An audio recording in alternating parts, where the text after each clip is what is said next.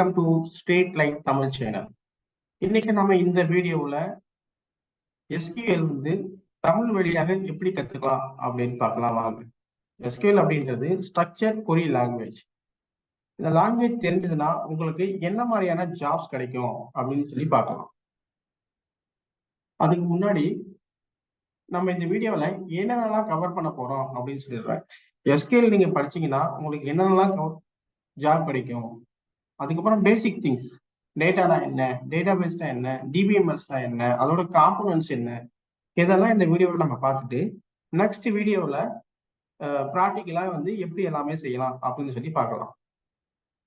SQL படிச்சீங்க அப்படின்னா நீங்க ஒரு சாஃப்ட்வேர் இன்ஜினியரா ஆகலாம், ஒரு பிசினஸ் அனலிஸ்டா ஆகலாம், ஒரு டேட்டா சயின்டிஸ்ட், இல்லைன்னா ஒரு டேட்டாபேஸ் இன்ஜினியர், அப்படி இல்லைன்னா ஒரு டேட்டாபேஸ் அட்மினிஸ்ட்ரேட்டரா நீங்க வரலாம்.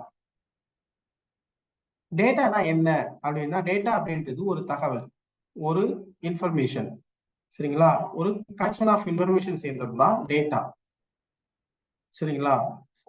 உதாரணத்துக்கு சொல்லணும்னா உங்க பேரு, உங்க வயது, உங்களுடைய பாலினம், உங்களுடைய மொபைல் நம்பர், அட்ரஸ், இந்த மாதிரி நிறைய இருக்கு. டேட்டா தான் நம்ம உலகமே டேட்டா சார்ந்துதான் இருக்கு. டேட்டா பேஸ் பண்ணி தான் பெரிய பெரிய டிசிஷன்ஸ் எல்லாம் எடுக்கிறாங்க. டேட்டா பேஸ் பண்ணி தான் எல்லாமே வந்து நடக்குது, சரிங்களா? அதனால டேட்டானா என்னன்னு நம்ம தெரிஞ்சுக்கணும், சரிங்களா? டேட்டா அப்படின்றது கலெக்ஷன் ஆஃப் இன்ஃபர்மேஷன்ஸ், அதாவது தகவல்களின் தொகுப்பு தான் டேட்டா, சரிங்களா? அடுத்ததா டேட்டா பேஸ்னா என்னன்னு பார்க்கலாம். ஆக்சுவலா இதுக்கு முன்னாடி பாத்தீங்கன்னா ஃபைல் சிஸ்டத்துல தான் வந்து டேட்டாவெல்லாம் மெயின்டைன் பண்ணுவாங்க. ஃபார் எக்ஸாம்பிள், ஒரு எம்ப்ளாயி இருக்காருன்னா, ஒரு ஒரு ஒரு நிறுவனத்துல ஒரு எம்ப்ளாயி இருக்கிறாருன்னா அந்த எம்ப்ளாயோட நேம், அவருடைய ஃபாதர் நேம், அவருடைய ஜெண்டர், அவங்களுடைய அட்ரஸ், அவங்களுடைய ஃபோன் நம்பர், அவங்களுடைய டெஸ்டினேஷன், இது எல்லாமே மெயின்டைன் பண்றது ஒரு லெஜர்ல மெயின்டைன் பண்ணுவாங்க. அதே மாதிரி ஒரு 1000 எம்ப்ளாயி இருக்காங்கன்னா 1000 லெஜர் மெயின்டைன் பண்ணுவாங்க. இது வந்து ஃபைல் சிஸ்டம். இதுல வந்து காம்ப்ளிகேட்டடான திங்ஸ் என்னன்னா, ஒரு 1000 பேர் இல்லைன்னா ஒரு 10,000 பேர் வரைக்கும் கூட மெயின்டைன் பண்ணிக்கலாம். ஆனா நிறைய பேரை மெயின்டைன் பண்ண முடியாது. ஒரு 1,00,000 பேர் இருக்காங்க, அதெல்லாம் மெயின்டைன் பண்றது ரொம்ப கஷ்டம், சரிங்களா? அதனால நம்ம கம்ப்யூட்டர்ல ஒரு ப்ரொவிஷன் நம்ம கொடுத்துருக்காங்க. அது என்னன்னா, டேட்டா பேஸ்னு ஒன்று கிரியேட் பண்ணி அதை நம்ம கம்ப்யூட்டர்ல ஸ்டோர் பண்ணிக்கலாம். டேட்டா பேஸ் அப்படின்றது கலெக்ஷன் ஆஃப் டேட்டா, எல்லா தகவலையும் சேர்ந்தது தான் டேட்டா பேஸ், சரிங்களா? டேட்டாபேஸ் வந்து நம்ம electronically store in the computer, சரிங்களா? கம்ப்யூட்டர்ல ஒரு எலக்ட்ரானிக்ல நம்ம ஸ்டோர் பண்ணி வச்சிருக்கிறோம் ஒரு தகவல். இப்போ நம்ம டிபிஎம்எஸ் அப்படின்னு சொல்றது என்னன்னா, டேட்டாபேஸ் மேனேஜ்மெண்ட் சிஸ்டம், சரிங்களா? இது ஒரு சாஃப்ட்வேர். இதை பேஸ் பண்ணி தான் நம்ம எல்லாமே செய்வோம், சரிங்களா? இது வந்து பாத்தீங்கன்னா டேட்டாபேஸை கிரியேட் பண்ணி கொடுக்கும். அதுக்கப்புறம் டேட்டாவை மேனிபுலேட் பண்றது வந்து எல்லாமே இந்த சாஃப்ட்வேர் மூலியமா தான் பண்ணும். இப்போ டேட்டாபேஸ் ஏன் நம்ம போறோம் அப்படின்னா, இப்போ முன்னாடி சொன்ன மாதிரி ஒரு 1000 எம்ப்ளாயிஸ் இருக்கிறாங்க அப்படின்னா அவங்களுடைய டேட்டாவை மெயின்டைன் பண்றதே நமக்கு ரொம்ப கஷ்டமா இருக்கும், சரிங்களா? ஆனா டேட்டாபேஸ் எலக்ட்ரானிக்லி நம்ம ஸ்டோர் பண்ணும்போது நீங்க லட்சம் பேரு, கோடிக்கணக்கான பேரை கூட நீங்க ஸ்டோர் பண்ணிக்கலாம், சரிங்களா? அதுதான் வந்து எஃபிசியன்ட் ஸ்கேலிங் சொல்றோம். எஃபிசியன்ட் ஸ்கேலிங்னா அதுதான், சரிங்களா? அதே மாதிரி டேட்டா வந்து இன்டெகிரிட்டி, டேட்டாவை டூப்ளிகேட் பண்ண விடாது, டேட்டாவை டூப்ளிகேட் பண்ண விடாது. சில ரூல்ஸ் அண்ட் கண்டிஷன்ஸ்லாம் இன்பில்டாவே டேட்டாபேஸ் கிரியேட் பண்ணும்போது கிரியேட் ஆயிடும். அதை பேஸ் பண்ணி டேட்டாவை நம்ம வந்து இது பண்ணிக்கலாம், டூப்ளிகேட் பண்ணாம பார்த்துக்கலாம். அதே மாதிரி டேட்டா செக்யூரா இருக்கும். எந்த யூசர் வந்து எந்த அளவுக்கு நம்ம அலோவ் பண்ணணும் அப்படின்றது நம்ம ரெஸ்ட்ரிக்ட் பண்ணிக்கலாம். எப்படின்னா, இப்போ இவர் வந்து ரீட் மட்டும் தான் பண்ணணும், இவர் வந்து ரைட் பண்ணலாம், இவருக்கு ரீட் ரைட் போத் ஆப்ஷன்ஸும் கொடுக்கலாம். அந்த மாதிரியான இதெல்லாம் வந்து டேட்டா பேஸுக்கு பெர்மிஷன்ஸ் கொடுக்கறது வந்து இந்த டேட்டா செக்யூரிட்டி பார்த்துக்கும். டேட்டா அனலிட்டிக்ஸ் அப்படின்றது இப்போ வந்து ஒரு நிறுவனம் இருக்கு, ஒரு ஃபார் எக்ஸாம்பிள் ஒரு ஜுவல்லரி நிறுவனம் இருக்கு. அந்த ஜுவல்லரி நிறுவனத்துல ஒரு வருஷம் ஃபுல்லா வந்து டேட்டா இருக்கு. அந்த டேட்டா ஒரு 1 இயர் டேட்டாவை எடுத்து அனலைஸ் பண்றாங்க. இந்த மாசத்துல இந்த இந்த ஏஜ் குரூப்ல வந்திருக்காங்க, மேல்ஸ் இவ்வளவு வந்திருக்காங்க, ஃபீமேல்ஸ் இவ்வளவு வந்திருக்காங்க, இந்த டிசைன்ஸ் தான் அதிகமா சேல்ஸ் ஆயிருக்கு அப்படின்னு சொல்லி அசைன்மெண்ட் அனலிட்டிக்ஸ் பண்ணி பிசினஸை நெக்ஸ்ட் லெவலுக்கு எடுத்துட்டு போறதா வந்து பாத்தீங்கன்னா டேட்டா அனலிட்டிக்ஸ்.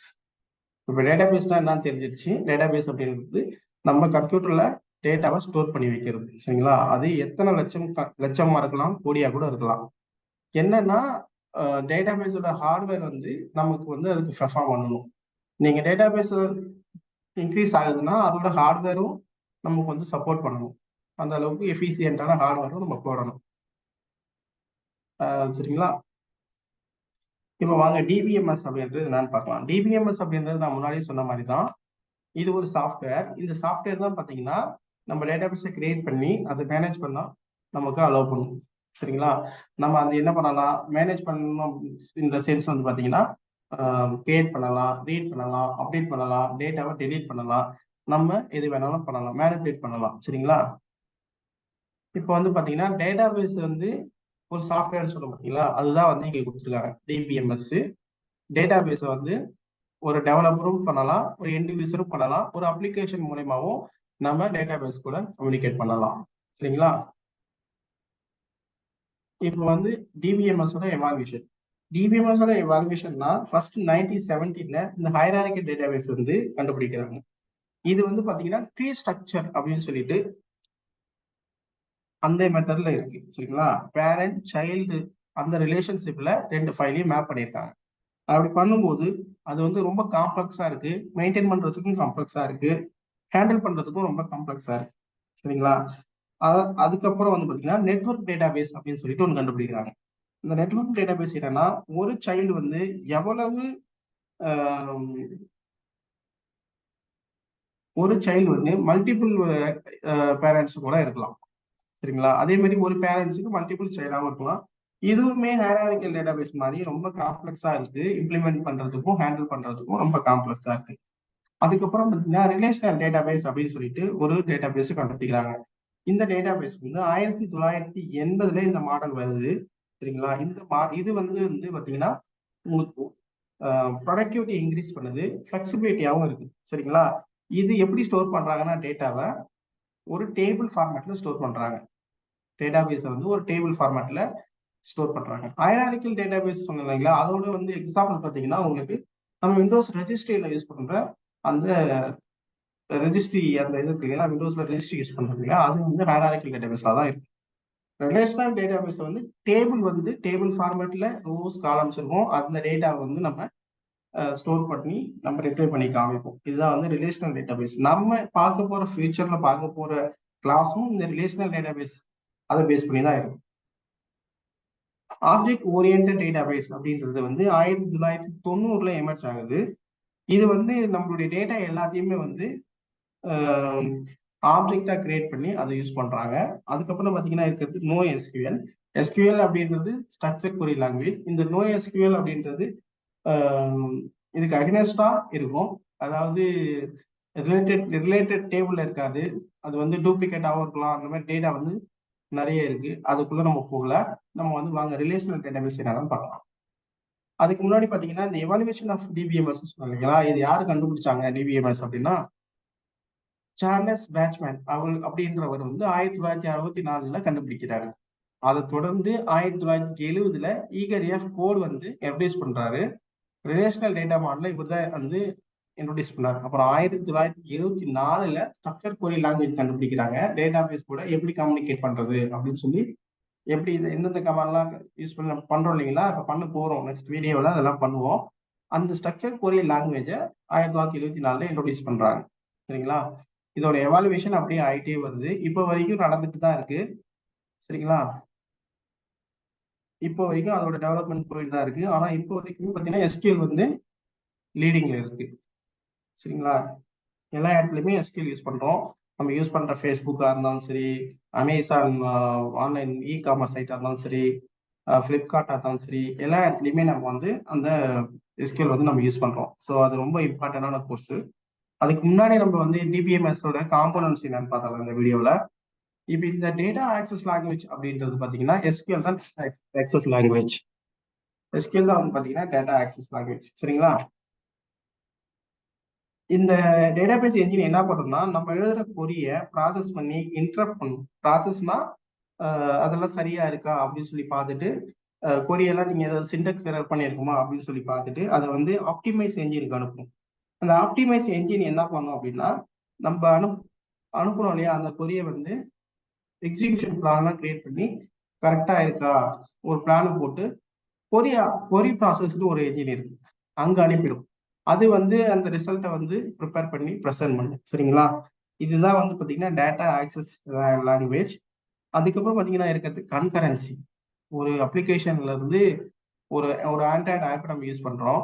சரிங்களா, ஒரு ஒரு ஒரு ஒரு டேட்டாவை நம்ம பார்க்குறோம், ஒரு டேட்டாவை நம்ம எடிட் பண்ண போறோம் அப்படின்னா, ஃபார் எக்ஸாம்பிளுக்கு சொல்றேன், ஒரு எம்ப்ளாயி இருக்காரு, ஸ்கூல்ல, சாரி, ஒரு எம்ப்ளாயி இருக்காரு. அந்த எம்ப்ளாயி வந்து பாத்தீங்கன்னா ஒரு டேட்டாவை ஆக்சஸ் பண்ணணும்னு நினைக்கிறாரு.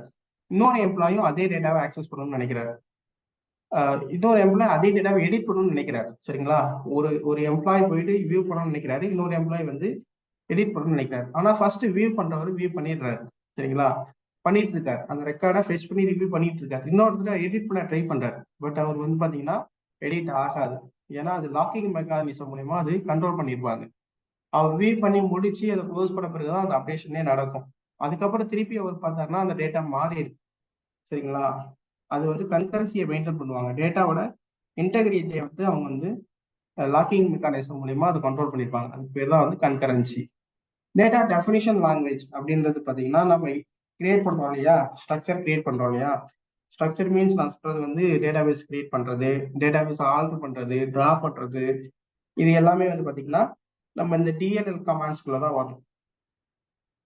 டேட்டாபேஸ் ஆப்ஜெக்ட்ஸா இருக்கக்கூடிய டேபிளா இருந்தாலும் சரி, வியூஸா இருந்தாலும் சரி, கன்ஸ்ட்ரன்ஸா இருந்தாலும் சரி, இண்டெக்ஸா இருந்தாலும் சரி, இது எல்லாமே நம்ம ஆல்டர் பண்ணி டெலீட் பண்ணி பண்றோம் இல்லையா. இந்த கமாண்ட்ஸ் எல்லாமே டிடிஎல், டேட்டா டெஃபினிஷன் லாங்குவேஜ் அப்படின்னு சொல்லுவாங்க.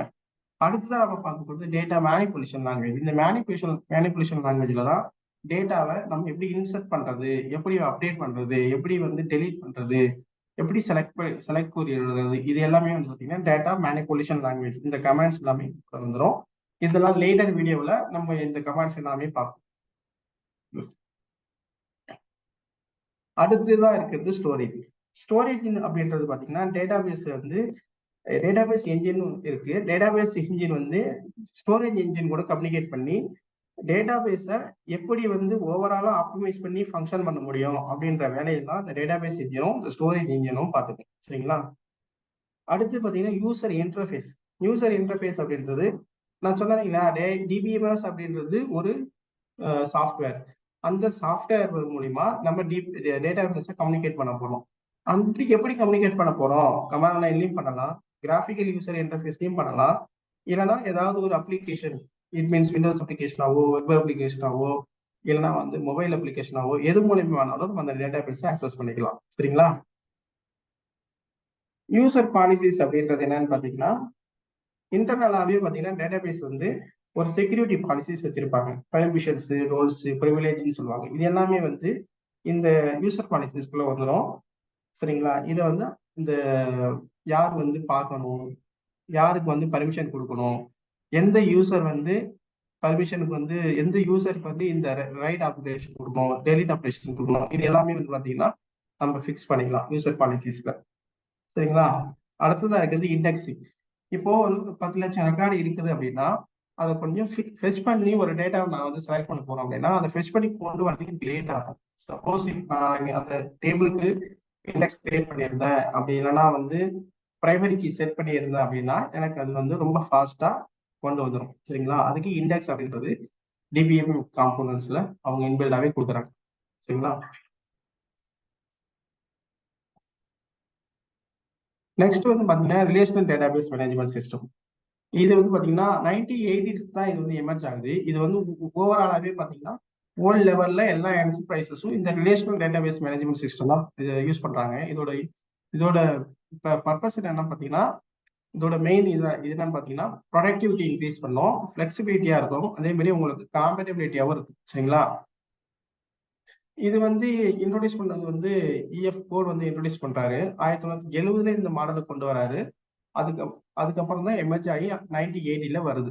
ரிலேஷனல் டேட்டாபேஸ் வந்து நம்ம ஒரு டேபிள்ல ஒரு ரோஸ் அண்ட் காலம்ஸா இருக்கும், அதுல டேட்டாவை மெயின்டைன் பண்ணி ஸ்டோர் பண்ண போறோம். சரிங்களா, அது எப்படி எப்படி ஸ்டோர் பண்றது அப்படின்னு சொல்லி நாம வந்து ஃபியூச்சர் வீடியோல பார்க்கலாம். சரிங்களா, ரியல் வேர்ல்டு ஆப்ஜெக்ட்ஸா இருக்கும். பர்சனா இருக்கலாம், பிளேஸா இருக்கலாம், ஈவெண்டா இருக்கலாம்.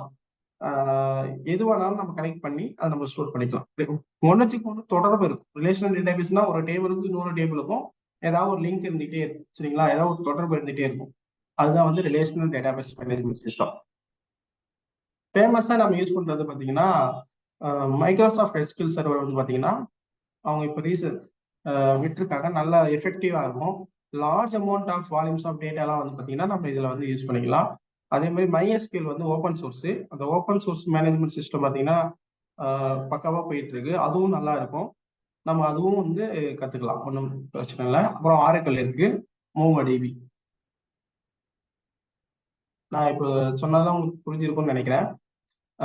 நெக்ஸ்ட் வீடியோவில் எப்படி வந்து டேட்டாபேஸை வந்து சாரி DBMS வந்து இன்ஸ்டால் பண்ணுறது, அதை எப்படி வந்து கமாண்ட் மூலயமா டேட்டாபேஸை கிரியேட் பண்ணி அதுக்கப்புறம் நம்ம ஃபர்தராக கமாண்ட் மூலயமா கிரியேட் பண்ணுறது, அப்டேட் பண்ணுறது எல்லாமே ஃபர்தர் வீடியோவில் பார்க்கலாம். இந்த வீடியோ உங்களுக்கு பிடிச்சிருக்குன்னு நினைக்கிறேன். ஷேர் பண்ணுங்க, லைக் பண்ணுங்க, சப்ஸ்கிரைப் பண்ணுங்க. நன்றி, வணக்கம்.